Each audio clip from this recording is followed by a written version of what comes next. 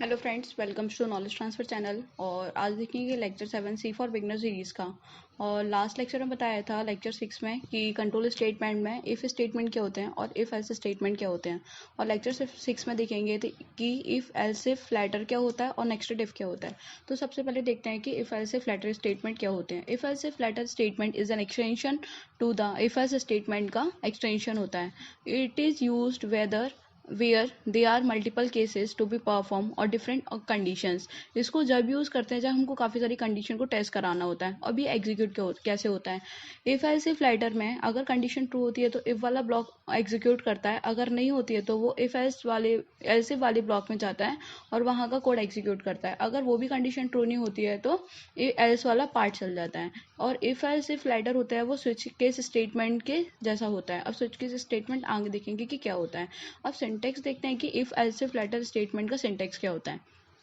इसमें सबसे पहले इफ कंडीशन में कोई भी कंपाइलर मेन फंक्शन से रन करके आता है तो वो कंडीशन टेस्ट करने के लिए पहले इफ कंडीशन में जाता है। अगर इफ कंडीशन ट्रू हो जाती है तो कोड वहां का उसमें पार्ट में जो लिखा रहता है वो एग्जीक्यूट होता है। अगर इफ कंडीशन ट्रू नहीं है तो ये इफ एल्स इफ वाले कंडीशन में आता है, यहाँ का कंडीशन टेस्ट करता है। अगर ये ट्रू होती है तो ये वाला कोड चलता है। और एक इफ के बाद हम कितने भी एल्स इफ लगा सकते हैं, ठीक है। और एल्स और इफ के बीच में स्पेस होता है, सिंगल स्पेस होता है। और जब ये सारा एल्स इफ वाली कंडीशन चल जाती है, अगर ये वाली कंडीशन एक भी ट्रू नहीं होती तो एल्स वाला पार्ट का जो कोड होता है वो एग्जीक्यूट होता है।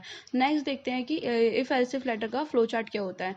जैसे जब मी कंपाइलर टेस्ट करता हुआ फर्स्ट वाली कंडीशन पे है, इफ वाली कंडीशन पे, अगर इफ की कंडीशन ट्रू हो जाती है तो उसमें जो कोड लिखा होता है उसके पार्ट में वो चल जाता है। देन उसका rest of the code then वो चलता है, ठीक है। अगर फर्स्ट कंडीशन ट्रू नहीं हुई देन वो second condition else if block में जो लिखी रहती है वहां जाता है। अगर वो वाली कंडीशन ट्रू होगी तो उसका पार्ट चल जाएगा। अगर वो वाली कंडीशन भी ट्रू नहीं होगी एल्स इफ वाली तो दूसरे वाले एल्स इफ में जाएगा। ऐसे करके करते करते वो एल्स इफ जब तक टेस्ट करता है जब तक कि उसकी कंडीशन ट्रू नहीं हो जाती। अगर एक भी कंडीशन ट्रू नहीं होगी देन एल्स वाला पार्ट चलेगा और रेस्ट ऑफ द कोड जो एल्स के बाद लिखा रहेगा वो चलेगा। अब इसका एग्जांपल देखते हैं कि एग्जांपल क्या है एल्स इफ लेटर का। तो सबसे पहले इसमें एक हेडर फाइल इंक्लूड की और मेन फंक्शन बनाया और एक नंबर लिया है, ठीक है। तो इसमें ये टेस्ट करा रहे हैं कि जो नंबर है वो किसके इक्वल आ रही है। तो इसमें एक एग्जाम्पल नॉर्मली लिया है। तो इसमें एक नंबर लिया, पहले नंबर के लिए स्कैनफ वाली लाइन लिखी और उस नंबर को 10 से मैच करा रहे हैं। अगर 10 से मैच होके आ जाएगा तो इफ वाला ब्लॉक चल जाएगा। अगर मैंने ऐसा सपोज करते हैं कि यहाँ पे मैंने 70 दिया, ठीक है, नंबर में 70 दिया तो यहाँ पे मैच किया नहीं किया और डबल इक्वल टू कंपेरिजन के लिए यूज किया है। जब अब ये वाला नहीं चला तो एल्स इफ वाले ब्लॉक में जाएगा तो यहाँ से जो 70 इसमें जाएगा ये भी इक्वल नहीं है। फिर इस वाले में टेस्ट करेगा ये भी इक्वल नहीं है, इस यहाँ पे भी। तो कंपाइलर 1 बाय 1 सारे स्टेप को प्रोसेस करके चलता है। जब एक भी इक्वल नहीं है तो उसने लास्ट वाला मैसेज प्रिंट करके देगा कि number is not equals to 10, 50 और 100। और ये सारा कोड अभी देव C++ से एग्जीक्यूट करके देख लेंगे कि कैसे कैसे चल रहा है, ठीक है। अब देखते हैं आगे नेस्टेड इफ क्या होता है। तो नेस्टेड इफ स्टेटमेंट क्या होते हैं, जब एक इफ स्टेटमेंट दूसरे इफ स्टेटमेंट के अंदर लिखा होता है, जब मल्टीपल केसेस ही टेस्ट करने हैं। जैसे कि अगर मुझे बीच में लॉजिकल एंड ऑपरेटर लगाना होता है तो उसकी जगह पे अगर हम ये भी यूज कर सकते हैं इफ नेस्टेड इफ का स्टेटमेंट भी। When an if else statement is present inside the body of another if और else statement then it is called nested if statement. इसका सिंटेक्स क्या होता है ये देख लेते हैं कि इफ की कंडीशन में कोई कंडीशन लिखी, ठीक है, देन उसी इफ वाली कंडीशन के अंदर ही एक इफ एल्स वाला पार्ट लगाया, उसमें अनदर कंडीशन टेस्ट कराई।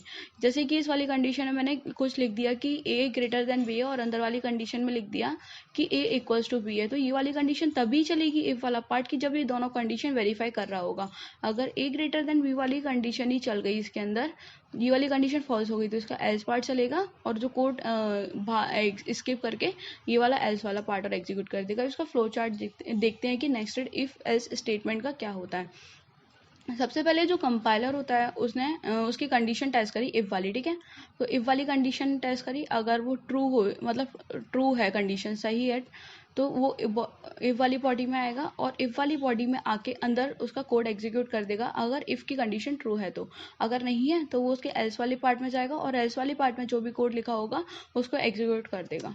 और एक एग्जांपल नेस्टेड इफ स्टेटमेंट का क्या होता है। तो सबसे पहले किसी भी प्रोग्राम को लिखने के लिए उसमें हेडर फाइल इंक्लूड की और मेन फंक्शन लगाया, ठीक है। उसमें 2 वेरिएबल का इनपुट लिया और ये वाला प्रोग्राम मेरा मोटिव ये है कि 2 नंबर दिए हुए हैं तो उसमें कौन सा ग्रेटर है, तो इसमें मेरे को ये टेस्ट करना है कि कौन सी कंडीशन टेस्ट हो क्या रही है। जैसे कि एक मैंने नंबर दिए यहाँ पे वेरिएबल 1 और वेरिएबल 2 में, एक में 10 दिया, एक में 20 दिया, ठीक है। तो वेरिएबल 1 की वैल्यू 10 है, इसकी 20 है। तो जब इसमें जाएगा ये इफ वाली कंडीशन में जाएगा तो सबसे पहले क्या टेस्ट करेगा, 10 is not equal to 20, true condition है तो ये वाला प्रिंट होके आ जाएगा। और ये वाला प्रिंट होके आ जाएगा तो ये इस वाली कंडीशन में जाएगा। फिर अब ये वाली कंडीशन भी ट्रू नहीं है तो इसमें क्या है, 10 ग्रेटर देन है 20 से, नहीं है। तो अब वो नेक्स्ट कंडीशन है, ग्रेटर देन नहीं है तो इसका एल्स वाला पार्ट चल जाएगा। एल्स वाला पार्ट चल गया तो फिर यहाँ से कोड क्या करेगा, स्किप कर जाएगा। स्किप करके प्रिंट करके क्या दे देगा कि variable 1 is not equal two variable 2 के इक्वल नहीं है और वेरिएबल 2 है वो ग्रेटर देन है वेरिएबल 1 से। तो इस तरीके से जब हमको मल्टीपल कंडीशन टेस्ट करानी होती है कि एक कंडीशन टेस्ट हो तभी उसके बाद दूसरी कंडीशन टेस्ट हो, तो नेस्टेड इफ एल्स का यूज़ करते हैं। अब देखते हैं कि देव C++ से इसके 1-2 कोड बना के देख लेते हैं तो वो ज़्यादा क्लैरिफाई। अब मूव करते हैं देव C++ की तरफ और यहाँ पे कुछ कोड्स बना के देख लेते हैं। तो सबसे पहला एक कोड बनाते हैं कि जहाँ पे मुझे वैल्यू लेनी होगी और वैल्यू को कंपेयर कराना होगा जो गिवन नंबर है उसे इक्वल है कि नहीं है। तो उसमें इफ एल्स इफ का यूज़ होगा, ठीक है। तो इसमें सबसे पहले मैंने एक हेडर फाइल इंक्लूड की एज इंक्लूड stdio.h, ठीक है। देन एक मेन फंक्शन लगा देंगे। मेन फंक्शन का यूज़ करने के बाद एक वेरिएबल को डिक्लेयर करेंगे जो कि n नाम का होगा, ठीक है। फिर यहाँ पे एक मैसेज लिखेंगे कि printf है, तो printf एंटर और यहाँ पे डबल कोटेशन आएगा और फिर उसके बाद एक मैसेज लिखेंगे एंटर अ वैल्यू, ठीक है। और इसको यहाँ पे टर्मिनेट भी कर देंगे। अब एक scanf वाली लाइन लिखेंगे, scanf %d और m%n, ठीक है। अब यहाँ पे टेस्ट करते हैं कि इफ़ में अगर n इज इक्वल टू 10, अगर 10 है तो printf का मैसेज दें, या अगर 10 के इक्वल होगा तो हम printf में क्या मैसेज देंगे कि ये नंबर है वो इक्वल किसके है। तो printf में मैंने मैसेज दिया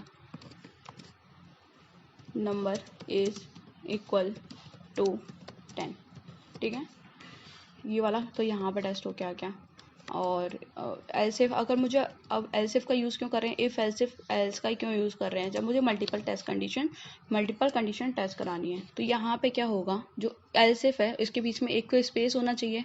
और वैसे एल्स की का पार्ट में कोई भी हम टेस्ट कंडीशन नहीं लिखते थे, बट यहाँ पे एल्स और इफ़ दोनों है तो यहाँ पे इफ़ के बाद जो होगा टेस्ट कंडीशन लिखेंगे। तो यहाँ पे लिखा मैंने n इज इक्वल टू 20, ठीक है।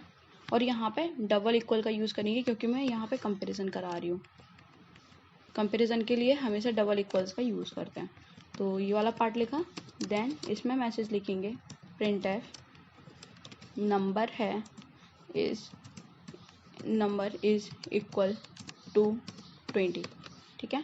देन इसको यहाँ पे टर्मिनेट कर दिया और ऐसे ही लास्ट एक कंडीशन लगा देंगे एल्स वाला पार्ट, इसमें कुछ भी नहीं है तो यहाँ पे लिखेंगे printf में नंबर नॉट मैच, ठीक है, कि नंबर किसी भी कंडीशन से मैच ही नहीं हुआ।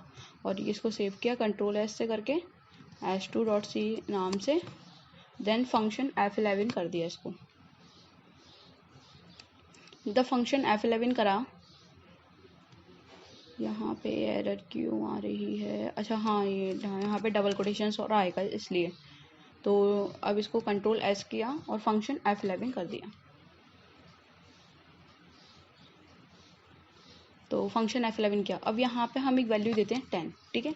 तो ये नंबर इज इक्वल टू 10। अब इसको ट्रेस करके बताते हैं कैसे किया ये नंबर इक्वल टू 10 जब यहाँ पे n की वैल्यू में 10 दिया, ठीक है। ये वाली विंडो और आ जाएगी अभी। ये जब यहाँ पे 10 दिया तो इस वाली वैल्यू में 10 गया और इफ़ की कंडीशन में यहाँ पे टेस्ट हुआ कि 10 इक्वल टू 10 है तो ये प्रिंट करके दे दिया। अब हम दूसरा कुछ करके देख लेते हैं, दूसरा इनपुट डाल के कि दूसरे इनपुट से कैसे चल रहा है। तो जैसे कि मैंने यहाँ पे 50 दिया तो 50 से क्या आया कि number not match. It means जब ये दोनों कंपाइलर ऊपर से रन करके आ रहा है, जब ये वाली कंडीशन ट्रू नहीं हुई इफ़ वाली और एल्स इफ वाली कंडीशन भी ट्रू नहीं हुई है, तो कौन सी कंडीशन चली, एल्स वाली कंडीशन चली और नॉट वाला प्रिंट होके आ गया। आई होप आप लोग को आज का लेक्चर समझ में आ गया होगा अच्छे से। और आज के लेक्चर में मैंने बताया था कि इफ एल्स इफ लेटर क्या होता है और नेस्टेड इफ क्या होता है, और एग्जाम्पल के साथ भी बताया था।